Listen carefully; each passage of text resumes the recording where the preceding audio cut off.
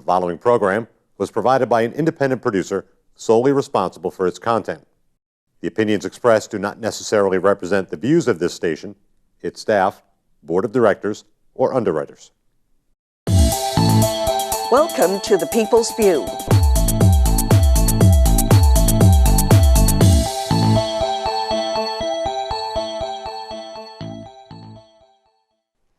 Hello, and help me welcome David Deane. David's president of the Board of Aldermen, and you're a candidate for mayor. One of six I certainly am. How you doing, Carl? Good to see you. All right. How's the campaign going for you? Campaign is going really well. We're hitting the home stretch of the primary. There's 6 candidates, so the top 2, unless one of them happens to get 51% of the vote, which basically isn't impossible, but mathematically the odds of that happening are very slim small, and none. Yeah. The top 2 candidates will make their way to the November ballot when the rest of the city positions in the Board of Aldermen, Board of Education, Fire Commission, Public Works, and the ward moderators and clerks will all be up for election as well. So, but things are going well. I've sent out a couple of mailers. I have another one going out Monday. I have a number of folks out assisting me. We're starting to canvass the wards. We're doing literature drops and going door to door. That's going to be starting this weekend. It started this week, as a matter of fact. Obviously, you've seen the signs. We've been putting signs out, and we have a number of forums/debates that are coming up. We have one at the Senior Activity Center on 20th day of August from 2 to 4. And what the Senior Activity Center would like, and I should have brought it with me, I didn't, is the phone number. You should call over the Senior Center. They're in the book, and let them know that you're going to attend, just so they have enough chairs set up. Yeah. But last I knew, they had about 50 reservations already, so oh, good. That's going to be well attended. Then the Telegraph has one on the 25th at the South High School in the auditorium at 7 p.m. On the 21st, there's also another debate/forum at the South High School that's being put on by the John Locke Society. And then on the 24th, from 7 to 9 at the Nashua Public Library, WSMN and George Russell are putting on another forum/debate with the candidates. That's a tough week there. Yeah, so there's a lot going on. And on top of that, we've all been asked to pen up some articles. One was on the heroin narcotic epidemic. The next one was on the spending cap. The third one is going to be on our downtown and our branding initiative to an extent. And the last one is just going to be a general op-ed that Roger Carroll and the staff over there at the Telegraph was kind enough to just let us pick whatever we wanted and pop it in the paper. So we got that going on, and well, I have meet and greets. Last night I just finished up the end of my ward meetings. I traveled throughout the city, and I held different ward meetings. I met a lot of really nice people, and a lot of good discussions about things. And things are going good. I mean, I can't. How do the people feel about the election? They have. Really, well, I'll tell you, it's I've got the primary is a little different from a general election. Yeah. We were discussing this a little earlier, but as I see it anyways, primary voters are pretty keyed in on the issues and on the candidates. But this primary is a little different because we have a Board of Public Works election as well, due to the fact that there was a tragedy in which Tim Lavoie lost his life, and he was a Public Works Commissioner, and that seat has to be filled. So that's going to be in there, and I noticed that Mr. Ackerman has filed, and I believe so is Dan Gagnon, who was a former commissioner. So there's a little race there going on, and Mr. Ackerman's been out putting up a lot of signs that I've noticed. So that's part of the primary, and part of the primary election that was placed in there. We had to do that through the Board of Aldermen. We had certain time frame to meet with the vacancy in office and things of that nature, and we met that. We also met it with a special election that we had for the large seat that was vacated when one of my former colleagues resigned. So and that was done. So it's it's going to be interesting. I know there's been a phone poll out, and that was sponsored by I don't know who, probably somebody with a lot of money. It was not me, and I really haven't asked anybody, but it was interesting to hear one of the candidates say that they feel that Mr. Donchis will top the ticket in the primary, and that Mr. Williams and myself will be fighting for second place. And then he didn't mention the rest of it, and that was Mr. Williams that stated that. I heard him state that on WSMN. So maybe it was him that did the phone poll, having raised 112,000 reported. He might have been doing that. Spent something well, on to that. see where he stood, Yeah. and I mean, he's got to go out and get his name out there. You'll notice that he has signs up on every vacant lot and abandoned building in the city, and he's got a lot of stuff out. He got more stuff out there than I do, but. That's how he's running his campaign. There was a small article in the paper about it, and to each his own. Today I got an email requesting contribution from the state Democratic committee for Jim Donchis. Oh, really? So the Democrats are involved with his campaign. Yeah. Andy Custer sent that out, and as we know through the contributions that were made to Mr. Williams, there are a lot of very wealthy individuals in the community that have backed his campaign, and. My reports are due. I didn't set up an exploratory committee. The only two that set those up were Mr. Williams and Mr. Moriarty, and they both stated that they would turn in their contribution list when requested. Mr. Williams made good with it. Mr. Moriarty has not. Maybe he didn't collect any money. I don't know. I've moved on from that. I get bigger things, better things to be doing with my time, but it's.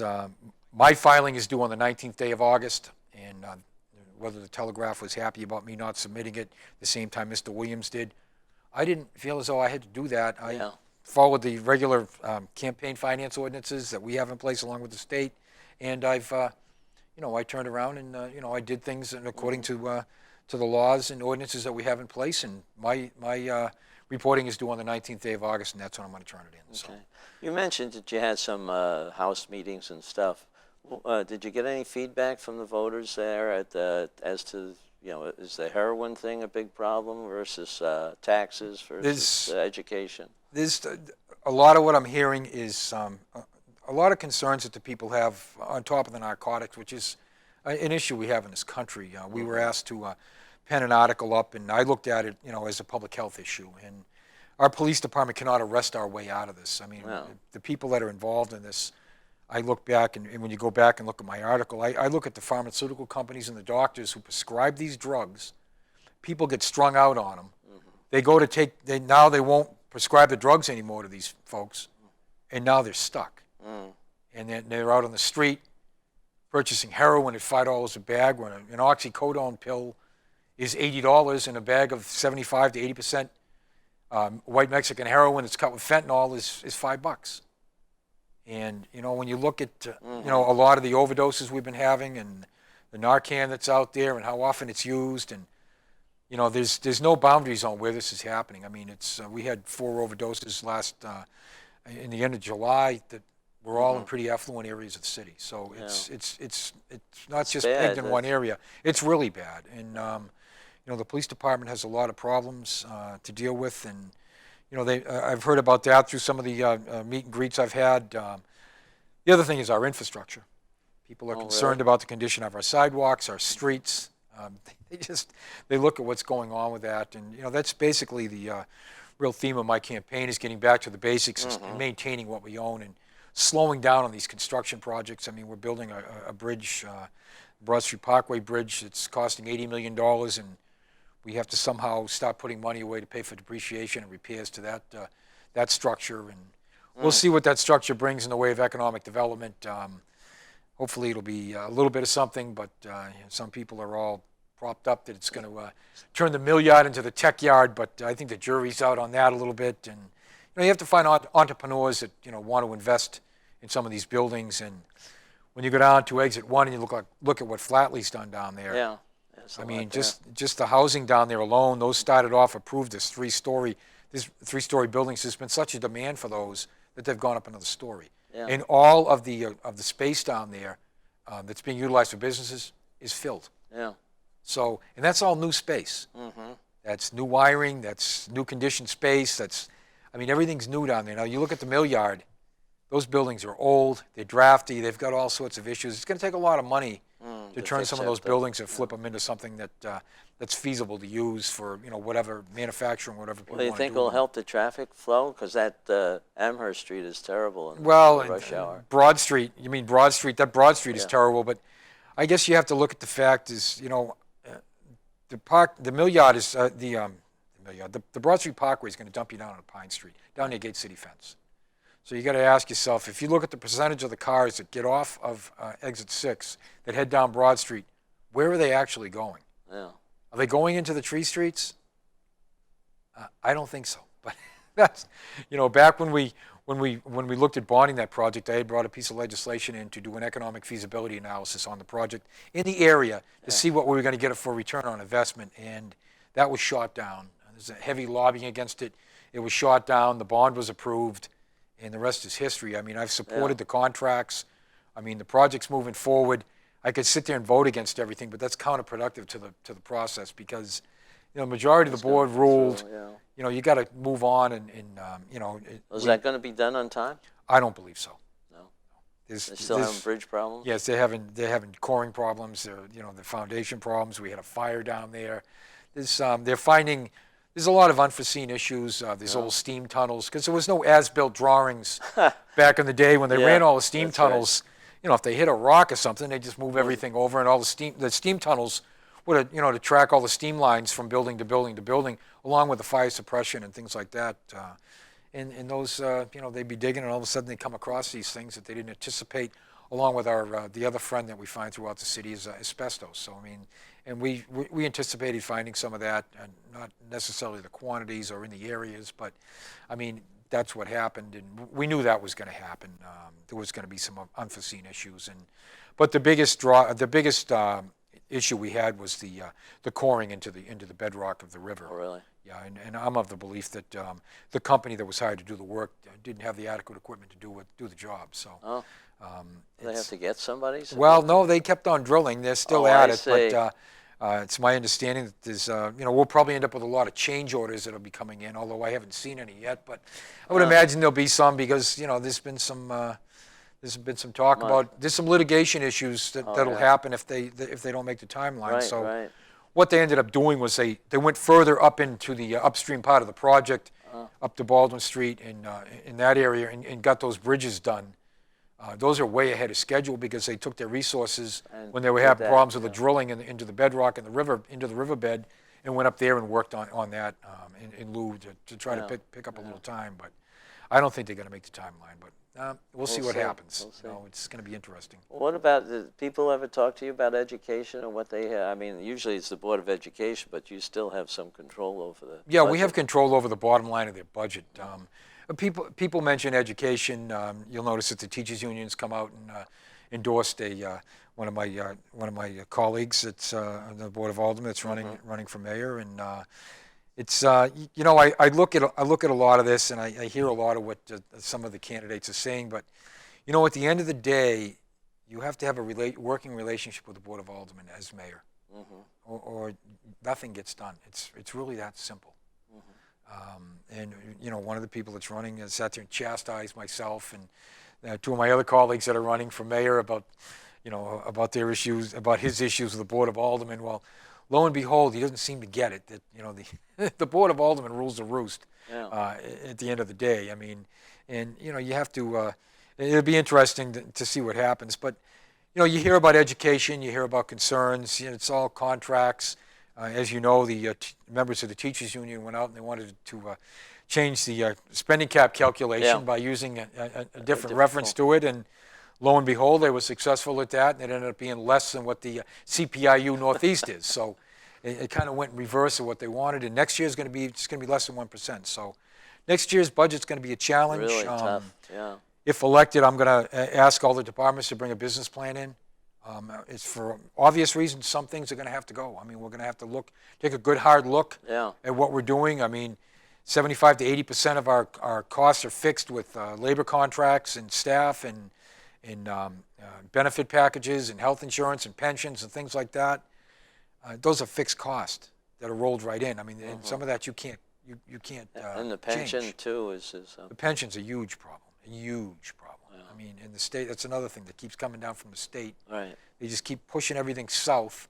And, you know, at the end of the day, that the towns and municipalities are starting to feel that. And, you know, it's a struggle. It's a struggle for us. It's a struggle for everybody. So you think that your term, the length of time that you've been on the Board of Aldermen will be a help if you're elected mayor? I get 14 years on the board and 4 years as on the Board of Aldermen and 4 years as a Public Works Commissioner. And I've got 18 years of experience. I have more experience than everybody combined that's running. And, you know, although Jim Donchis has been mayor, but, you know, that's then, this is now. I mean, things have changed. I mean, I sit on committees, a finance committee with him, and he's asking questions that, you know, things really haven't changed much since he was mayor last. So, you know, but you wouldn't expect everybody to know everything. But, you know, and I found that, you know, I'm just keeping my campaign above board. I'm not going after people, and you know, there's 6 of us running. I'm sort of a numbers person, and I spend my time focusing on me as one, not on the other 5.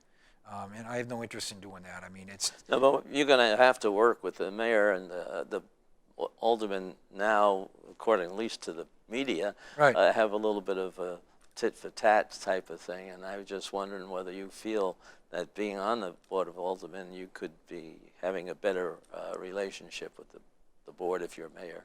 Yeah, I know how the Board of Aldermen works. I know a lot of the folks that are probably going to run again and probably, you know, maybe elected again. And I've had a good working relationship with a lot of them for a number of years. I mean, we might part company on certain things, but it's not personal. I mean, when it starts to become personal, then you're there for the wrong reasons. Things are just that's not the right way to be. I mean, you see a lot of that goes on in politics today. I don't consider myself a politician. I just don't.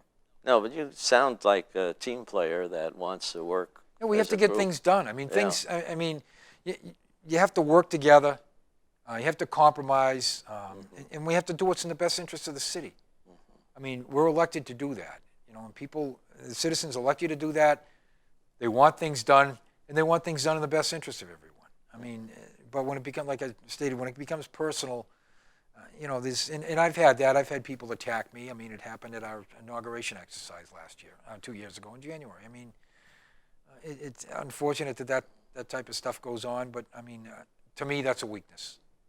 It shows an extreme weakness in people, and I just, you know, I might not agree with people, but at the end of the day, if you're there and you're that worked up about it, then... Well, you've also worked with the different groups, the fire department, the police, and you have to look at public works. Yeah, I look at things, you know, they'll come in with different projects, and like Public Works, for instance, they came in with this project. We have 13 pump stations, and they have to get down, and they have to repair, replace, inspect. They have to... But when you go to these pump stations, I look at, they're in the ground. I look at things like, the way I look at things like, as though I had to do it. Now, would I want to go on the ground through this rickety ladder, through this small hole in a confined space? It's not safe. Same with the fire department. They come in. They need new hoses. They need nozzles. They need protective gear. They need new air packs. They need face masks. They need all that. Would I want to go into a building with outdated equipment into a fire? I wouldn't. And I wouldn't ask anybody else to do it. Same with the police department. You know, their equipment, their vehicles, their protective vest. I mean, those expire. Would I say, can you get another year out of those things? Would I want to wear it? Absolutely not. I mean, you know, I mean, these are the insurances and the services, I mean, that are offered to our community. If you look at our tax rate and you look at what we as citizens get for our tax dollars, I think we do pretty good. When you look at surrounding communities and what they end up getting and what they have, I mean, Nashua has quite a bit to offer for what we pay. And it's, you know, I think it's a relatively good deal. I think we have great fire service. We have great police department. Our public works department does outstanding work. We have a very good school system. We have a lot of good things going on in our community. We have a nice public health department. And, you know, people become dependent upon the services that we offer. And when you look at what we pay in property taxes, I think we do okay with what we get in return. So you have a lot of nonprofit organizations in the city too. And we support them because, and I'm a strong supporter of the nonprofits and the services that they offer because, quite frankly, I don't think the city should be in that business. I supported using $100,000 of tax money. I brought a resolution in to help the Nashua Soup Kitchen with their building construction because that triggered $250,000 that from an unknown donor. Oh, really? So we brought in the $100,000 and put them over the top, and somebody else, an unknown donor, dropped $250,000 on the table. And I'm looking at, if you look at that, at the soup kitchen, the people that work there and the services that they provide to the community, should the city of Nashua be in that business? In my opinion, no, they shouldn't be. Should we be helping them so that they can be successful? I believe we should. And, you know, if we were in that business, we'd have a division director, we'd have assistant directors, we'd have clerical, and we'd need vehicles, and it would just spiral into something that it doesn't have to be. And when you look at the organization over there and the dedicated people that work there and service the clientele that they have, it's great. Is there a group of the nonprofits that would address some of these drug problems? Well, some of them do. Okay. Some of them do already, but it's just the the community council and the Harbor Homes, and a lot of them do. The problem now, and what I see with the drug issues is we don't have enough beds to service the people that have these problems. Because you take somebody, if somebody's arrested, that's the time when you get them and they're on a low point. That's when you try to get them into rehab, because now that they're at the bottom of the barrel. That's when they're most vulnerable, they're most susceptible and receptive rather to being helped. But where do we send them? Yeah.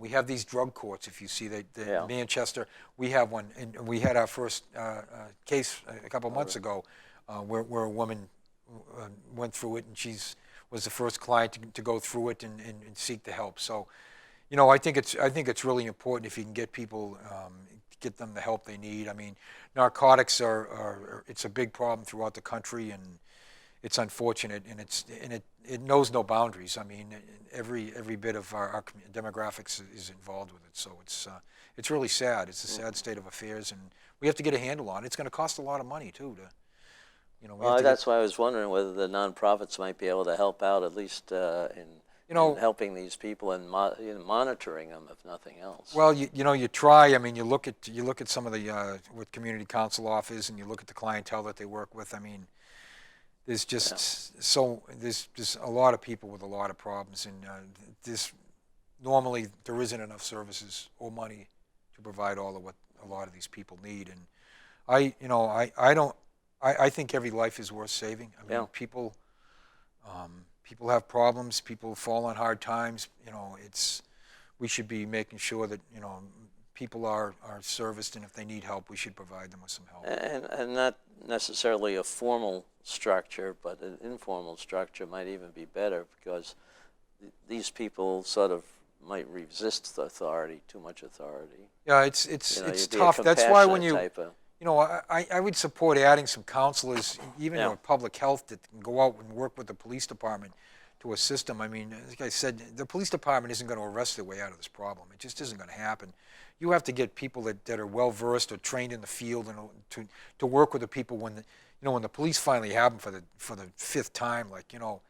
It's time you got to get some help. Yeah. And that's when the counselors come into play, and that's where I think their educational background and their training, they can help the people hopefully get Well, I understand too that the Board of Education now is working with them to do some kind of program at the high schools and the middle schools. Yeah, there was an article the other day in the Telegraph about the SROs and the drug program and the awareness. I mean, you can keep pushing that.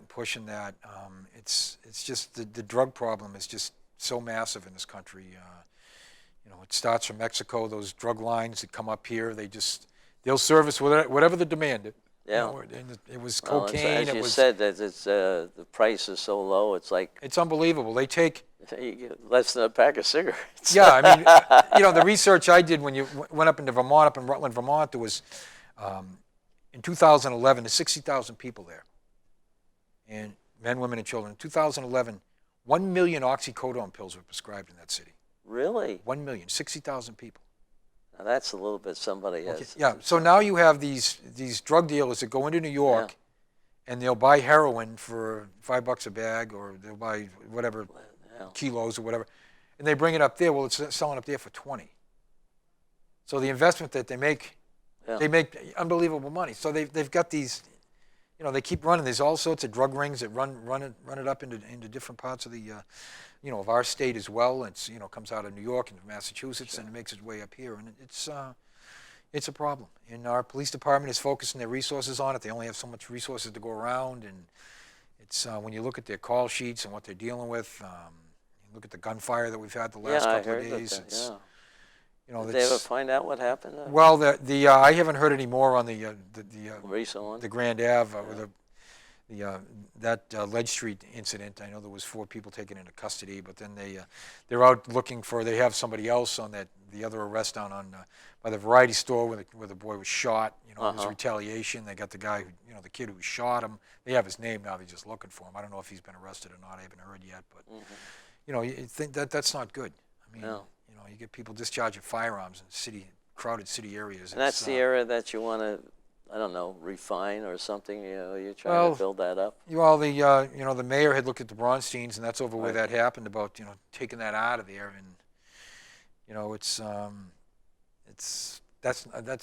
not in our control. That's in the housing authority, and we haven't heard much about that since. It was sort of an uproar about it, but. There hasn't been, a few years ago, there was a big riot down there during the summertime, but it seems like, the police have been out. We have a POP unit, a problem-oriented policing unit that's out. They're out and about in different areas, and they're focusing on tips and things of that nature. They're all undercover. You wouldn't know them, and I'd love to be able to fund an additional POP unit. I think they deliver the goods in a big way. They're well-trained. Well, they did something in Lowell, Massachusetts that was, I remember living in that area in Chelmsford, going through an area that I wouldn't want to travel late at night. But they seemed to clean it up. It was, one of those housing areas that... Yeah, they get lots of times, when you look at what they do, they just go through the area. Somebody will buy the houses. I mean, we have real problems with abandoned buildings and squatters now down at the old Nashua Corporation building on Franklin Street. That's a huge problem. Huge problem. You got people living in there. They're breaking into the place. There's still fully furnished offices in there. Oh, really? Yeah, it's a really bad situation that's got to be addressed before something bad happens down there. Sure, you want to be mayor? Yeah. Well, absolutely. We're going to give it a shot. I'm looking forward to. Well, I think you're doing a good job. Getting out and giving it a shot, see how I do. I mean, if I win, that's nice. If I'm not successful, life goes on. Keep on doing it. Yeah. Okay. Well, thank you for your service to the city, and good luck on your campaign. All right. Thank you very much for having me, Carl. I appreciate it. Okay. And I hope you listen in at Channel 96 to see the interviews of all the mayoral candidates and the potential presidential candidates that will be showing for the next few months. Tune in. Thank you for listening.